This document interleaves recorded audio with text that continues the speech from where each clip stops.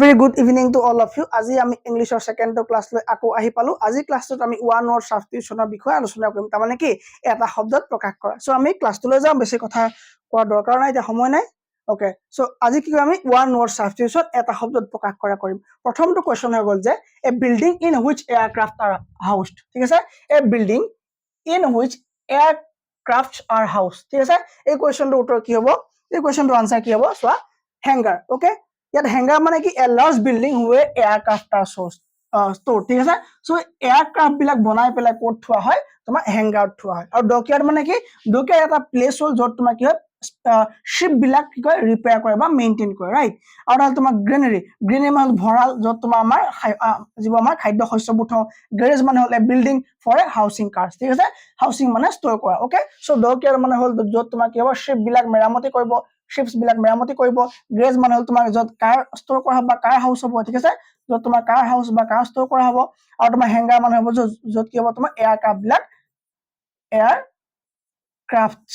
ইয়াত তুমি ক্ৰাফটস কৰিব নোৱাৰা। ঠিক আছে, তুমি শিপস কৰিব পাৰিবা। ঠিক আছে, তুমি এয়াৰক্ৰাফটস লিখিলে কিন্তু ভুল হ'ব। ঠিক আছে, এটা তোমাৰ সিঙ্গুল বা প্লুৰেল একেটাই হ'ব। ওকে, ইয়াত তোমাৰ এয়াৰক্ৰাফট বিলাক ষ্ট'ৰ হ'ব আৰু গ্ৰেনাৰী তোমাৰ কি হয় ভঁৰাল বুলি কয়। ঠিক আছে, ইয়াত তোমাৰ খাদ্য শস্য ৰখা হ'ব।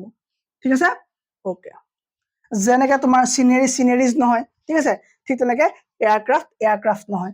আচ্ছা, আৰু এটা কথা, শিপ যে আছে আমাৰ ভেড়া ছাগলী শিপ, এই শিপকো তুমি শিপস কৰিব নোৱাৰা। ঠিক আছে, শিপস কৰিব নোৱাৰা। Next question, A short স্টোৰি based on your personal experience. তোমাৰ এক্সপিৰিয়েন্সৰ ওপৰত যেতিয়া এটা স্টোৰি তুমি লিখিবা, সেই স্টোৰিটো কি বুলি ক'ব? এনচিডট, ফেবল, পেৰাবল, লিজেন্ড। কি ক'বা? তোমাৰ এইটো আনসাৰ হ'ব এনচিডট। এনচিডট এটা ব্ৰিফ হয়, এটা এন্টাৰটেইনিং স্টোৰি হয় বেসড অন ৰিয়েল ইনসিডেন্ট। ঠিক আছে, এটা মানুহৰ জীৱনৰ ৰিয়েল ইনসিডেন্টৰ ওপৰত লিখা এটা ইন্টাৰেস্টিং বা এন্টাৰটেইনিং স্টোৰি কি বুলি কোৱা? এনচিডট বুলি কোৱা হয়। ফেবল মানে কি হয়? এইটো এটা ফিকশনাল স্টোৰি হয় য'ত তোমাৰ টিপিক্যালি উইথ এনিমেলৰ ওপৰতো কথা ক'ব পাৰা বা এটা মৰেল থাকিব যে সাধু এটা হ'ব। তাৰ মানে এটা তোমাৰ ফিকশনাল মানে এটা কল্পনা কৰি পেলাই লিখা এটা সাধু হ'ব, যিটো সাধুত তুমি সকলোবিলাক থাকিব আৰু শেষত এটা মৰেল দিব। ঠিক আছে, পেৰাবল মানে কি? A simple story use to illustrate a moral or spiritual lesson. ঠিক আছে, সো আধ্যাত্মিক এটা শিক্ষা দিব পৰা যিবোৰ সাধু থাকিব সেইবিলাক তোমাক কি বুলি ক'ব? পেৰাবল বুলি ক'ব। আৰু লিজেন্ড কি হয়? এ ট্ৰেডিশনেল স্টোরি হ'ব, sometimes popularly regarded as historical but not authenticated. ঠিক আছে, সো কিছুমান হিষ্ট্ৰিকেল ধৰণৰ কথা ক'ব কিন্তু সেইবিলাক কোনো ধৰণৰ সঁচা অৰ্থত নাথাকিব, সেইটো তোমাৰ লিজেন্ড বুলি কোৱা হ'ব। A farmer student of a school, college or university. A farmer student of a school, college or university কি বুলি কোৱা হয়? ঠিক আছে, কি বুলি কোৱা হয়? ইয়াৰ আমি অপচন চাম। এলুমিনাস। ঠিক আছে, স্কলাৰ মানে কি? বহুত চোকা মানুহ। এ লাৰ্ন পাৰ্সন মানে কি বুলি কয়? স্কলাৰ বুলি কয় যি এটা নিৰ্দিষ্ট সাবজেক্টত বহুত বেছি চোকা হ'ব। লাৰ্নাৰ মানে হ'ব যি মানুহে এটা নিৰ্দিষ্ট সাবজেক্ট বা এটা স্কিলৰ ওপৰত শিক্ষা গ্ৰহণ কৰি আছে। এলুমিনাস মানে এ ফৰ্মাৰ ষ্টুডেন্ট। মই ফাৰ্মাৰ বুলি পঢ়িলো নেকি? আচ্ছা, ইয়াত তোমাৰ এফ এ আছে আকৌ। এ ফৰ্মাৰ ষ্টুডেন্ট হ'ব যি আগৰ মানে ফৰ্মাৰ প্ৰাইম মিনিষ্টাৰ বা ফৰ্মাৰ চিফ মিনিষ্টাৰ মানে আগৰ ভূতপূৰ্ব, তাৰ মানে ex. Okay, a former student of a specific school, college or university কি বুলি কয়? এলুমিনাস বুলি কয়। ঠিক আছে, আকৌ তোমাৰ জেনিয়াস। জেনিয়াস মানে এটা বিষয়ৰ ওপৰত exceptionally intelligent person or one with extraordinary skill, যি তোমাৰ মোতকে অলপ এক্সট্ৰা অৰ্ডিনাৰী, মানে কি তোমাৰ থাকিব পাৰে এটা পাৱাৰ বা মোৰ থাকিব পাৰে, সেই এক্সট্ৰা অৰ্ডিনাৰী পাৱাৰটো থকা এজন মানুহক কি বুলি কয়? জেনিয়াস বুলি কয়। ঠিক আছে, genius. Next question, one who it's flash, যি মাংস খায় তাক কি বুলি কয়? মিট ইটাৰ, হাৰ্বিভৰছ, অমনিভৰছ অৰ কাৰ্নিভৰছ কি বুলি কয়? মিট ইটাৰ। ইয়াৰ তোমাৰ এক্সপ্লেইন কি হ'ব? কাৰ্নিভৰছ কি হ'ব? শুদ্ধ আনসাৰ হ'ব। মিট ইটাৰ মানে হ'ব informal term for someone who eat meat. ঠিক আছে, এইটো তুমি অফিচিয়েলি তুমি ইউজ কৰিব নোৱাৰা। তুমি নৰ্মেলি ক'ব পাৰিবা কাৰোবাক যি মাংস খায় তাক মিট ইটাৰ, কিন্তু তাৰ কাৰণে আমাৰ এটা স্পেচিফিক ৱৰ্ড আছে যাক আমি কাৰ্নিভৰাছ বুলি ক'ম। ঠিক আছে, এন অৰ্গেনিজম, এটা জীৱ দেট প্ৰাইমেৰিলি ইটস মিট, যি কি খাব? তোমাৰ মেইনলি খাব, সি মাংস খাব। omnivorous মানে কি হ'ব? এন অৰ্গেনিজম, এটা জীৱ that it's both প্লেন্টস and animal, যি মাংস খাব আৰু শাক পাচলি খাব, তাক কি বুলি ক'ব? omnivorous বুলি ক'ব। আৰু হাৰ্বিভৰাছ মানে কি হ'ব? N animal that feeds on plant, যি তোমাৰ প্লেন্ট খাব তাক কি বুলি ক'ব? হাৰ্বিভৰাছ বুলি কোৱা হ'ব। ঠিক আছে, ওকে। সো শুদ্ধ আনসাৰ কি হ'ব? Carnivorous is the correct answer for this question. Incapable of being seen through, চাব নোৱাৰা, ব্ৰিটেল, গ্লাছ, অপেক, ট্ৰান্সপাৰেন্ট। কৈছে যে ইনকেপেবল, যোগ্য নহয়, চাব পৰা নাই। ঠিক আছে, সো মানে ইপাৰৰ পৰা সিপাৰলৈ চাবলৈ যোগ্য নহয়, সেই কণ্ডিশ্যনটো কি বুলি ক'ব?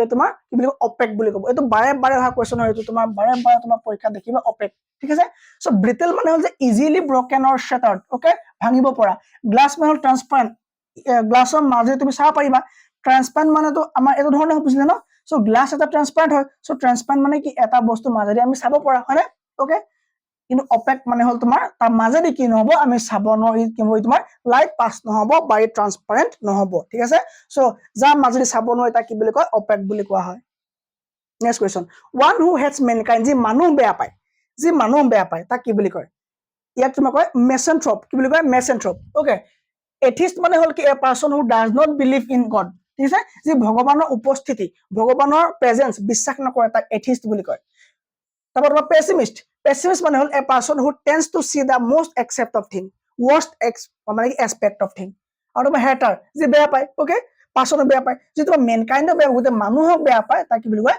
মেসেন্থ্ৰপ a person who dislike humankind and avoid human society one who knows everything যি সকলো জানে God omniscient knower all knowing কি হ'ব আনসাৰটো ইয়াৰ omniscient হ'ব ঠিক আছে ওকে all knowing এইবোৰ এটা ইনফৰ্মেল ওয়াৰ্ড হয় গড ভগৱান হয় knower কিবা এটা জানে কিন্তু এটা এটো কি নহয় এটো তোমাৰ অফিচিয়েল ইউজ নহয় কিবা তোমাৰ omniscient এটো কি হ'ব having a complete or ultimate knowledge next question a remedy for all diseases remedy মানে হল তোমাৰ চিকিৎসা সকল বেমাৰ চিকিৎসা কি বুলি কোৱা হয় ইয়াক কি বুলি কোৱা হয় পেনেচিয়া ওকে ৰিকইল মানে হল suddenly spring or fling back ঠিক আছে marvel be filled with wonder treatment মানে হল তোমাৰ চিকিৎসা কৰা পেনেচিয়া মানে হল a solution or remedy for all difficult or diseases ঠিক আছে সো আনসার কি হ'ব তোমাৰ পেনেচিয়া বা পেনেকিয়া written piece not bearing the name of the writer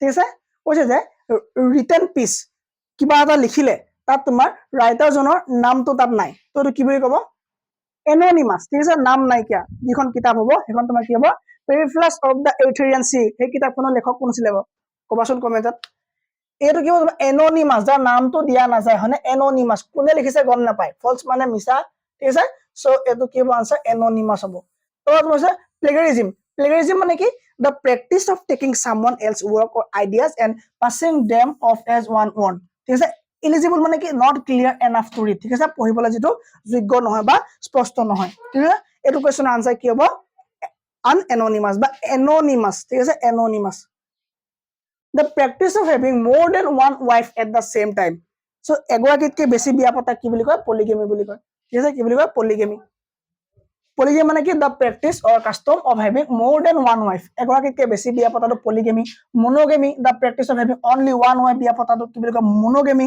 multi marriage not a standard term এটো তোমাৰ শব্দ নহয় bigamy the act of marrying someone who are already married to another person দুগৰাকী ঠিক আছে কি বুলি কয় bigamy বুলি ক'ব one who cannot be corrected যাক ঠিক কৰিব পৰা নাযাব কি হ'ব আনসাৰ incorrigible indefeasible মানে কি indefeasible persisting tirelessly কি হ'ব শুদ্ধ আনসাৰ কি ক'লো মই incorrigible not able to be corrected or improved যাক তুমি ঠিক কৰা কোনো উপায় নাই ই মানে বৰবাদ incorrigible next question soldiers who fight on foot যি ভৰিৰে খুজকায় তাক কি বুলি কয় মানে যিবোৰ soldier মানে আগে আগে যায় বন্দুক লৈ যাব আৰু খুজকাই যাব হেবিলাক কি বুলি ক'ব ইনফেন্ট্রি বুলি ক'ব ঠিক আছে এই ইনফেন্ট্রি মানে হ'ব সোলজার যে মার্চ কৰি যাব ফাইটিং অন ফুট ক্যাভেলৰি মানে হ'ব যে তোমাৰ কাৰ যাব ঘোঁৰাত যাব army the branch of country's arm service সকলো জানো আমি আৰু মেৰাইন যে তোমাৰ কি হ'ব পানী থেকে বা সাগৰত কাম কৰিব ঠিক আছে a member of a body of troops trained to serve on land or at sea ঠিক আছে এইবিলাক কি হ'ব তোমাৰ মেৰাইন বুলি কোৱা হ'ব next question one who dies for noble cause ঠিক আছে এটা ভাল কামৰ কাৰণে যি মৃত্যু বৰণ কৰে তাক কি বুলি কয় মাৰ্টিয়াৰ বুলি কয় ৰেবেল মানে হ'ব পাৰসন হু ৰাইজ অপজিশনত থাকে যি ঠিক আছে গ্ৰেট মানে হ'ল মহান মাৰ্টিয়াৰ মানে হ'ল কি শহীদ ঠিক আছে যে তোমাৰ ভাল কামৰ কাৰণে মৃত্যু বৰণ কৰে a person who is killed because of the religious or other বিলিফছৰ কাৰণে martyr soldier a person who serve in an army ঠিক আছে সো আজি ক্লাছটো এখিতে শেষ কৰিছো সকলোৱে ভিডিও কিটা হেকলকে চাই থাকিব আৰু পাৰিলে বিদ্যা কোচিং কিতাপবোৰ ডাউনলোড কৰি 169 পে কৰি সম্পূৰ্ণ কোৰ্স উইথ পিডিএফ বিলাক আপোনালোকে পাব পাৰিব থ্যাংক ইউ ভেৰি মাচ